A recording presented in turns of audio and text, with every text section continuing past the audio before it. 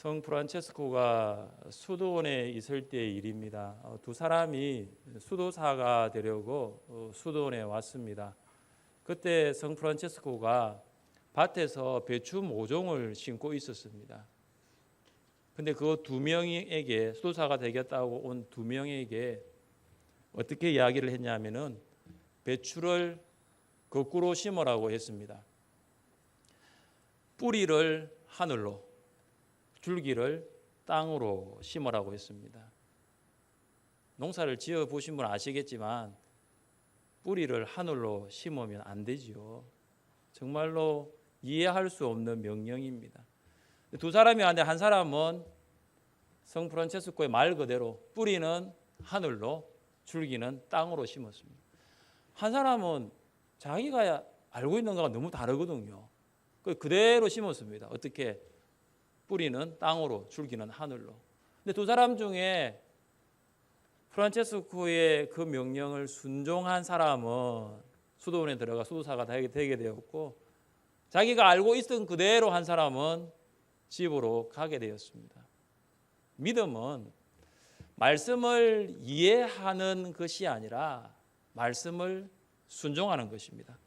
하나님의 일하심을 경험하는 성도, 하나님의 일하심이 삶의 간증이 되는 성도는 말씀을 이해하는 성도가 아니라 말씀을 순종하는 성도입니다.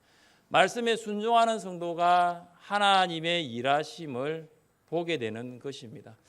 여호수아 6장부터 12장까지는 가나안 정복 전쟁에 관한 내용입니다.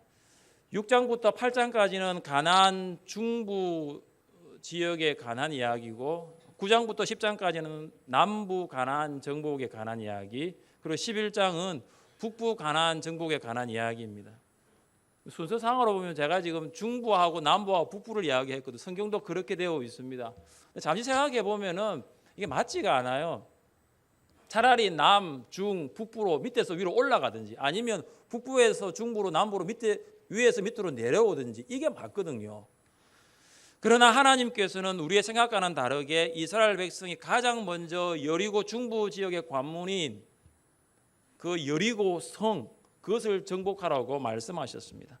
당시 가나안을 구성하고 있는 두 세력이 있었는데 남쪽은 아모리 족속, 그리고 북쪽은 가나안 족속입니다. 중부 지역을 공격하지 아니하면 이 두 세력이 연합해서 이스라엘 백성들을 공격할 수 있기 때문이었습니다. 이스라엘 백성은 하나님께서 약속하신 땅에 들어가면서 이제 여리고 성과 맞닥뜨리게 됩니다. 성경은 여리고의 상황을 어떻게 이야기를 하고 있습니까? 1절 보십시오. 이스라엘 자손들로 말미암아 여리고는 굳게 닫혔고 출입하는 자가 없더라. 여리고의 문은 아주 굳게 닫혀 있습니다. 성 안에서 밖으로 나가는 사람도 없고 성 바깥에서 안으로 들어오는 사람도 없습니다. 정말 지죽은 듯이 조용했고 무거운 적막감만이 흐를 뿐이었습니다.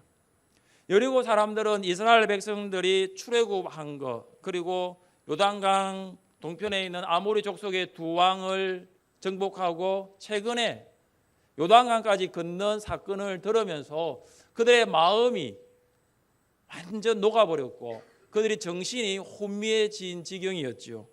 그래서 그들은 이제 성문을 굳게 닫고 전투 준비 태세에 들어간 것입니다. 성 안에서 물과 음식을 준비하고 외벽과 내벽으로 둘러싸인 이중 성벽 안에 있습니다.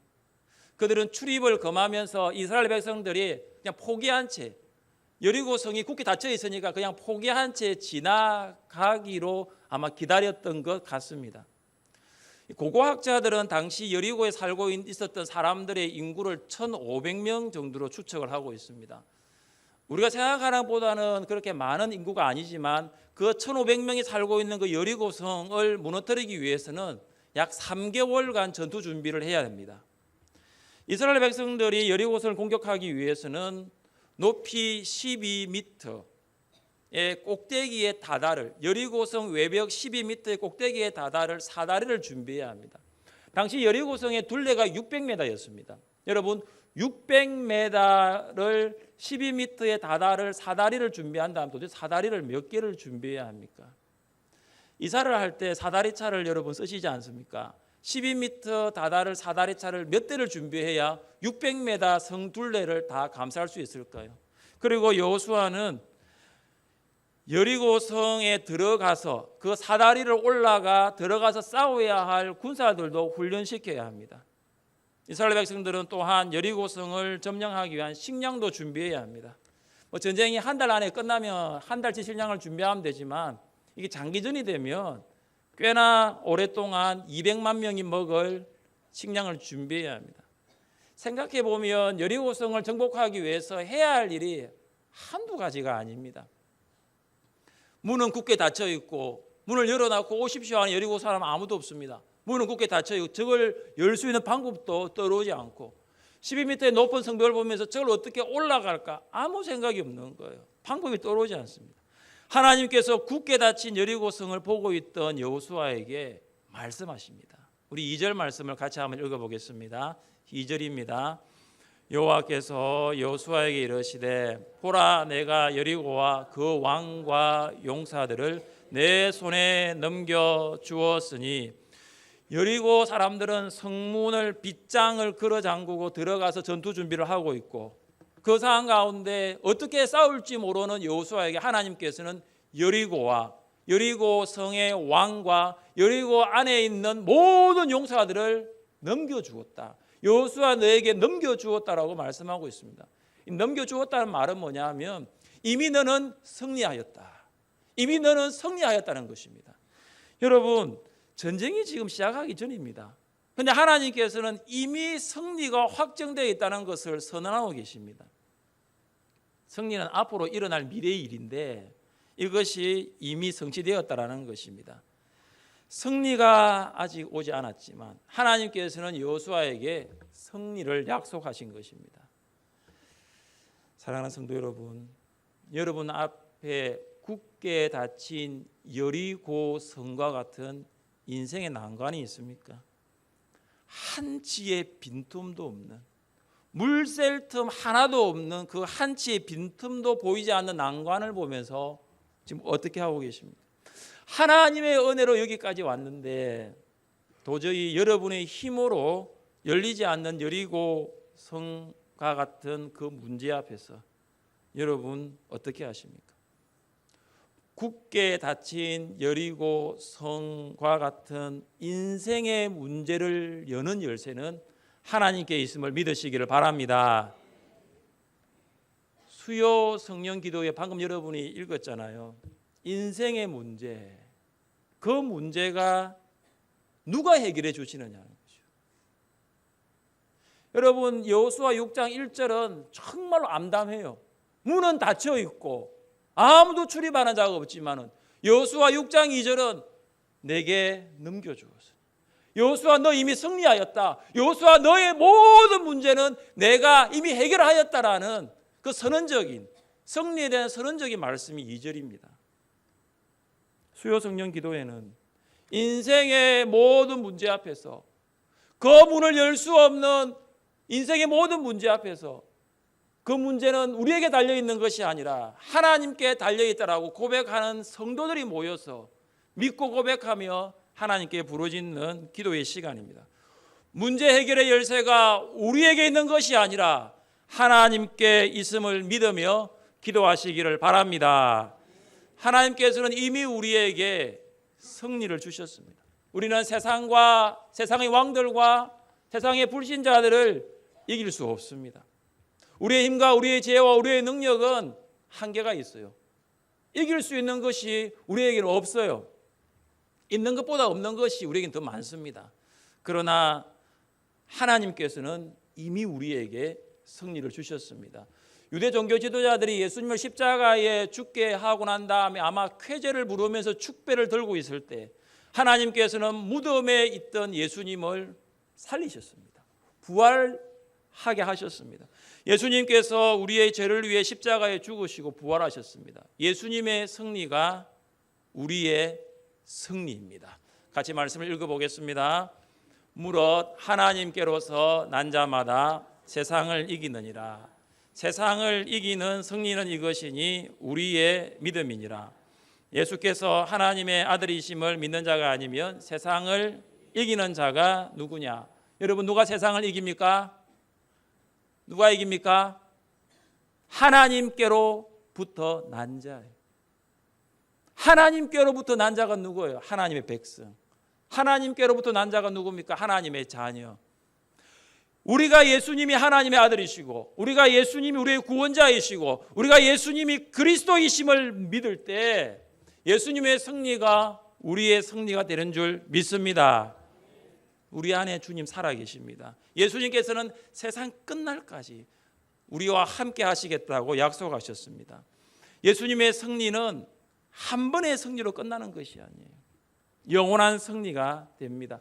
하나님께서 여호수아에게 내 손에 넘겨주었으니, 이 말씀은 여리고성 전쟁을 앞두고 하신 말씀일 뿐만 아니라 앞으로 여호수아를 쭉 읽어보시면 가나안 정복 전쟁을 염두에 두고 하신 말씀이에요. 여호수아가 남부지역, 중부지역을 점령하고 남부지역에 살고 있는 아모리 사람들과 전쟁을 할 때에도 하나님 말씀하십니다. 그때 여호와께서 여호수아에게 이르시되 그들을 두려워하지 말라. 내가 그들을 내 손에 넘겨주었으니 그들 중에서 한 사람도 너를 당할 자 없으리라 하신지라.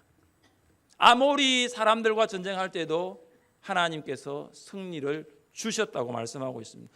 또한 여호수아가 북부 지역에 살고 있는 하솔 왕 야빈이 이끄는 가나안 동맹국과 전쟁을 할 때에도 하나님 말씀하십니다. 여호와께서 여호수아에게 이르시되 그들로 말미암아 두려워하지 말라. 내가 이맘때에 내가 그들을 이스라엘 앞에 넘겨주어 몰살시키리니 너는 그들의 말 뒷발의 힘줄을 끊고 그들의 병거를 불사르라 하시니라. 내가 그들을 이스라엘 앞에 넘겨주어. 이스라엘 백성들이 가나안의 중부, 남부, 북부 지역의 모든 땅을 점령하고 난 다음에 하나님께서 하신 말씀이 있습니다. 우리 같이 한번 말씀을 읽어보겠습니다. 시작. 여호와께서 그들의 주위에 안식을 주셨으되 그들의 모든 원수들 중에 그들과 맞선 자가 하나도 없었으니 이는 여호와께서 그들의 모든 원수들을 그들의 손에 넘겨주셨음이니라. 여호와께서 모든 원수들을 그들의 손에 넘겨주셨습니다. 하나님께서는 여호수아에게 한 번 그냥 승리를 약속한 것이 아니라 여호수아 가는 곳마다 승리를 약속하신 것입니다. 왜 그럴까요? 하나님께서 여호수아에게 주신 말씀이 있습니다. 하나님께서 모세 이후에 여호수아를 이스라엘 지도자로 부를 때에 하나님 이렇게 말씀하셨지요. 같이 한번 읽어보겠습니다. 내가 내게 명령한 것이 아니냐. 강하고 담대하라. 두려워하지 말며 놀라지 말라. 내가 어디로 가든지 내 하나님 여호와가 너와 함께 하느니라 하시니라. 할렐루야. 하나님 말씀하셨지요. 여호수아 너가 어디로 가든지 내가 너와 함께 하겠다. 너가 중부 지역의 여리고성 사람들과 싸울 때도, 남부 지역의 아모리 사람들과 싸울 때도, 북부 지방의 하솔 왕 야빈과 싸울 때도 내가 너와 함께 하겠다고 약속하신 것입니다. 하나님께서 함께 하실 때에 한 분의 승리는 계속적인 승리가 되고 한 분의 승리는 평생 승리가 되는 것입니다. 하나님께서는 다윗과도 함께 하셨습니다. 다윗이 오랫동안 이스라엘을 괴롭혔던 블레셋, 암몬, 모압, 에돔과 싸워 이겼습니다. 누가 다윗에게 승리를 주셨을까요? 다윗이 어디로 가든지 여호와께서 이기게 하셨더라. 다윗이 이긴 것이 아니라 하나님께서 이기게 하셨습니다. 승리의 이유는 다윗에게 있는 것이 아니라 하나님께 있는 것입니다. 하나님께서는 여호수아와 다윗이 어디로 가든지 그들과 함께 하셨고 그들에게 승리 주셨습니다. 동일하게 여러분 안에 살아계신 주 예수 그리스도께서 여러분이 어디로 가든지 여러분과 함께 하시면 여러분에게 승리 주실 줄을 믿으시기를 바랍니다. 하나님께서 여호수아에게 승리를 약속하시고 난 다음에 여리고성 정복 전략을 제시하십니다. 그런데 이 전략은 전혀 예상 밖의 뜻밖의 전략이었습니다. 무기를 들고 공격하라는 것이 아닙니다. 6일 동안 매일 성을 하루에 한 바퀴씩 돌아라. 7명의 제사장은 수양의 뿔로 만들어진 7 양강나팔을 불어라.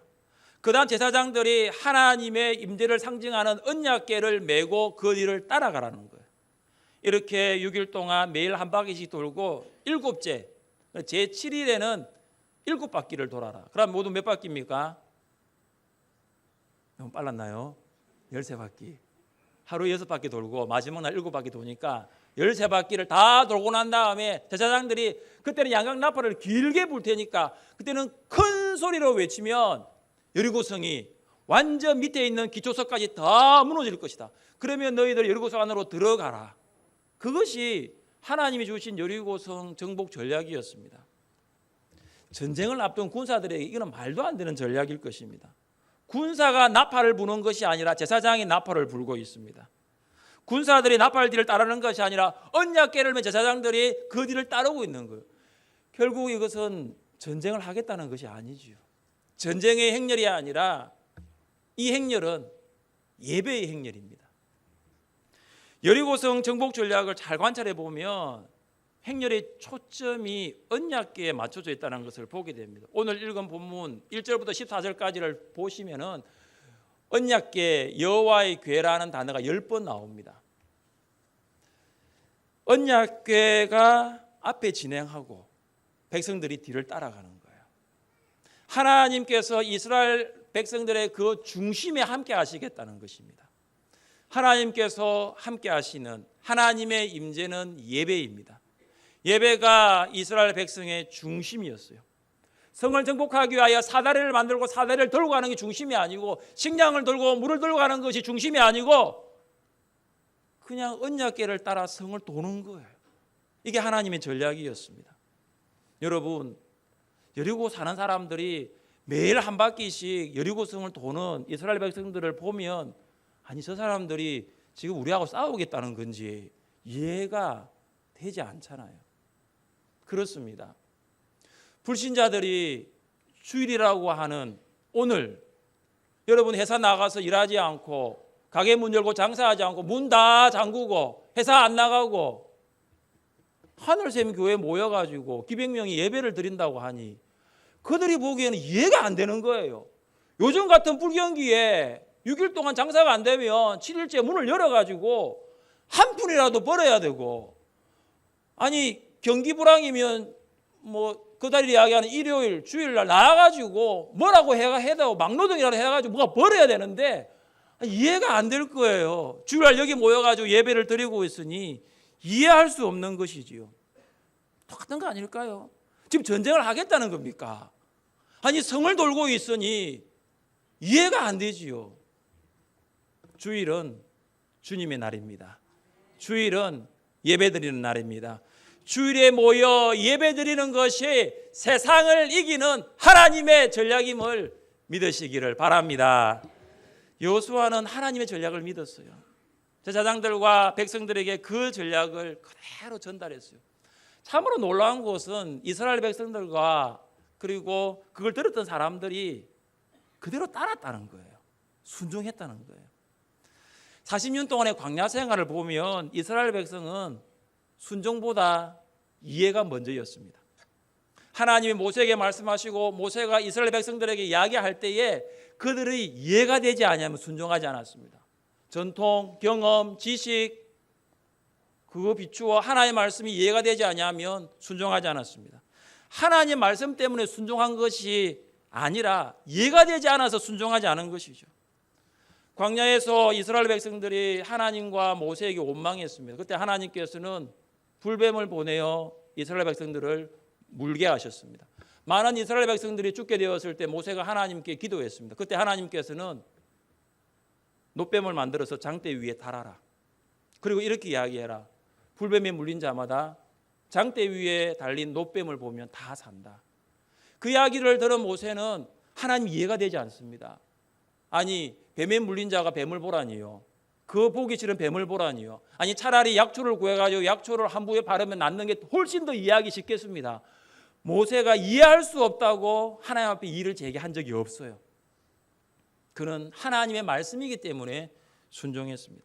이스라엘 백성이 40년간 광야에서 받은 훈련은 뭐냐면 하나님의 말씀을 이해하는 훈련이 아니라 하나님 말씀에 순종하는 훈련이었습니다. 그래서 그들은 이제 여리고성 정복을 앞두고 하나님께서 하신 말씀을 이해한 것이 아니라 순종하게 된 것입니다. 하나님이 원하시는 것은 이해가 아니에요. 하나님 말씀을 이해하는 것이 아니라 하나님 말씀에 순종하는 것입니다. 이해는 머리로 하지만 순종은 가슴으로 해요. 그래서 머리는 차가워야 하고 가슴은 뜨거워야 합니다. 반대로 머리가 뜨겁고 가슴이 차가우면 어디로 가야 합니까? 열이 나잖아요. 머리가 뜨겁잖아요. 지금 병원 가야죠. 가슴이 차가우면 큰일 났습니다. 이 심장이 문제가 있는 거예요. 가슴은 뜨거워야 해요. 머리는 차가워야 하고 가슴은 뜨거워야 합니다. 지금까지 여러분이 살아오면서 하나님께 순종하지 못했던 말씀이 있다면 무엇입니까? 아직도 머뭇거리면서 아직도 순종하지 못하고 있는 말씀이 있으면 어떤 말씀이에요? 이해하려고 하십니까? 순종하려고 하십니까? 이해하지 말고 순종하십시오. 머리로 이해하지 말고 가슴으로 순종하세요. 하나님의 말씀을 머리로 이해하려고 애쓰기보다 가슴으로 순종하는 것이 믿음입니다. 여러분 모두가 가슴으로 말씀을 순종하여 믿음의 사람 될 수 있기를 주님의 이름으로 축복합니다. 여호와의 언약궤 앞에서 7명의 제사장이 나팔을 불며 행진합니다. 이스라엘 백성은 그 뒤를 따릅니다. 여호수아가 하루에 한 바퀴씩 도는 이스라엘 백성들에게 한 가지 유의할 것을 꼭 전달합니다. 우리 함께 말씀 10절입니다. 10절 말씀을 읽어보겠습니다. 여호수아는 백성에게 명령하여 이르되 너희는 외치지 말며 너희 음성을 들리게 하지 말며 너희 입에서 아무 말도 내지 말라. 그리하다가 내가 너희에게 명령하여 외치라 하는 날에 외칠지니라 하고. 이스라엘 백성이 여리고성을 도는 동안 한 가지 유의할 점은 침묵하는 것입니다. 여호수아는 같은 말을 3번이나 반복하고 있습니다. 외치면 안 된다. 음성을 말하면 안 된다. 너희 입 밖으로는 아무 말도 하면 안 된다. 3번이에요, 3번. 한두 명도 아니 200만 명이 되는 이스라엘 백성이 매일 한 바퀴씩 성을 돌 때에 침묵하지 않고 말을 한다면 어떻게 제사장들이 부는 나팔 소리를 들을 수 있겠습니까? 침묵을 하더라도 완전히 침묵해요. 그때 나팔 소리 들을 수 있는 것입니다. 왜냐하면 나팔 소리 들릴 때에 함께 큰 소리로 외쳐야 하기 때문입니다. 침묵하면서 여리고성을 돌 때 여리고 군사들은 이스라엘 백성들 공격할 수도 있습니다. 그런데 나팔 소리 외에는 잠잠해야 합니다. 아무도 말해서는 안 됩니다. 성만 돌아야 합니다. 그것도 6일 동안 말이죠. 여리고성을 돌면서 이스라엘 백성들이 말을 하게 되면 아마 그들은 불평하는 말을 하게 됐을 거예요. 아니 3일째인데 성이 조금 무너질 조짐이 보여야지. 아니 이제는 6일째인데 아직도 성이 그대로 있네. 아니 하나님 우리 보고 매일 한 바퀴 돌라고 이야기하면서 성은 언제 무너지는 거야? 아마 불평했을 거예요. 광야 생활에서 하나님으로부터 징계를 받은 이스라엘 백성들의 시작이 어디 있었냐 하면은 말에 있었습니다. 죄의 시작이 말이었다는 거죠. 누구보다도 이스라엘 백성들의 약점을 잘 알고 계신 하나님께서 아예 여리고성을 돌 때는 말하지 말라는 거예요. 원천 봉쇄해버린 겁니다. 큰 소리뿐만 아니라 아무 말도 하지 말라는 거예요. 여러분 말을 하지 않고 침묵하면 생각을 하게 됩니다. 이스라엘 백성들이 하루에 한 바퀴 돌면서 어떤 생각했을까요? 하나님께서 하루에 한 바퀴 돌라고 했지 6일 동안 하루에 한 바퀴 돌고 마지막 7째 날에는 7바퀴 돌고 그러면 제사장들이 양강나팔을 길게 불 때 우리가 큰 소리로 외치면 여리고성 무너질 거야. 그거잖아요. 그거 생각했다는 거예요. 우리가 침묵할 때 하나님께서 일하십니다. 반대로 우리가 말을 많이 하면 하나님께서는 침묵하십니다. 그럼 말이 많다는 것은 이해할 수 없다는 것이고 침묵한다는 것은 순종한다는 거예요. 여러분 이해할 수 없는 사람 말 참 많이 하죠. 그래서 어떤 모임이 제일 기냐면 순종하는 사람이 모임이 아니라 이해할 수 없는 사람이 모임 시간이 제일 길어요. 왜냐하면 이해시켜 달라는 거예요. 이해가 되지 않으니 끊임없이 말을 하는 것입니다. 그러나 순종하는 사람 말 그렇게 길게 하지 않습니다. 말을 많이 한다고 이해되는 것도 아니고 말 많이 하면 입만 아프고 머리만 아픕니다. 저와 여러분 중에 IQ 200이 되시는 분이 있습니까? 우리가 IQ 200이 안 되잖아요. IQ 200이 안 되는 우리가 하나님이 뜻하신 그 계획, 하나님이 여리고성을 무너뜨리는 전략을 어떻게 우리가 이해할 수 있습니까? 이해할 수 없지요. 전지하신 하나님을 어떻게 우리가 이해할 수 있습니까? 그래서 우리는 순종하는 것입니다. 하나님께서 일하실 것을 묵묵히 바라보면서 그래 기다리는 거예요. 침묵하는 거예요. 우리 함께 말씀을 읽어보겠습니다. 모든 육체가 여호와 앞에서 잠잠할 것은 여호와께서 그의 거룩한 처소에서 일어나심이니라 하라 하더라. 하나님께서 우리에게 잠잠하라, 침묵하라. 그러면 내가 일어나겠다는 거예요. 내가 일어나 일하겠다는 거예요. 우리가 침묵할 때 하나님 일어나십니다. 우리가 잠잠할 때에 하나님께서 일하십니다. 여러분 맨소레담 로션 아십니까? 건강 제약품 맨소레담, 이것을 만든 사람이 알버트 알렉산더 하이드라는 분인데 이분이 그리스도인입니다. 근데 이분이 이제 경제공황 때 빚을 졌어요. 10만 달러의 빚을 졌는데 이 빚을 어떻게 갚을까 막막하잖아요. 그러던 가운데 그가 결심한 게 있습니다. 내가 지금 10만 달러의 빚을 졌지만은 11조를 내가 해야 되겠다는 거예요. 왜 그런 생각이 들었냐 하면은 기도하는 가운데 내가 진 빚부터 갚는 것이 아니라 내가 먼저 하나님께 갚지 못했던 빚부터 갚아야 되겠다. 내가 왜 사업이 망해야 되었느냐? 내가 왜 하고 있는 일이 왜 이렇게 어렵게 되었느냐? 내가 하나님께 드려야 될 것 드리지 못했다는 거죠. 그래서 내가 하나님께로부터 진 빚부터 갚자라는 거예요. 주변 사람들이 이야기했습니다. 제정신이냐고. 있는 돈 없는 돈 끌어모아 가지고 지금 사업을 다시 해도 될까 말까인데 어떻게 없는 돈에서 11조를 하겠다고? 하나님께서 일하셨어요. 다시 그가 성공적으로 재기를 하게 됩니다. 10의 2, 10의 3, 10의 4, 나중에는 10의 9조를 드리게 되었습니다. 믿음의 삶을 살게 된 것이죠.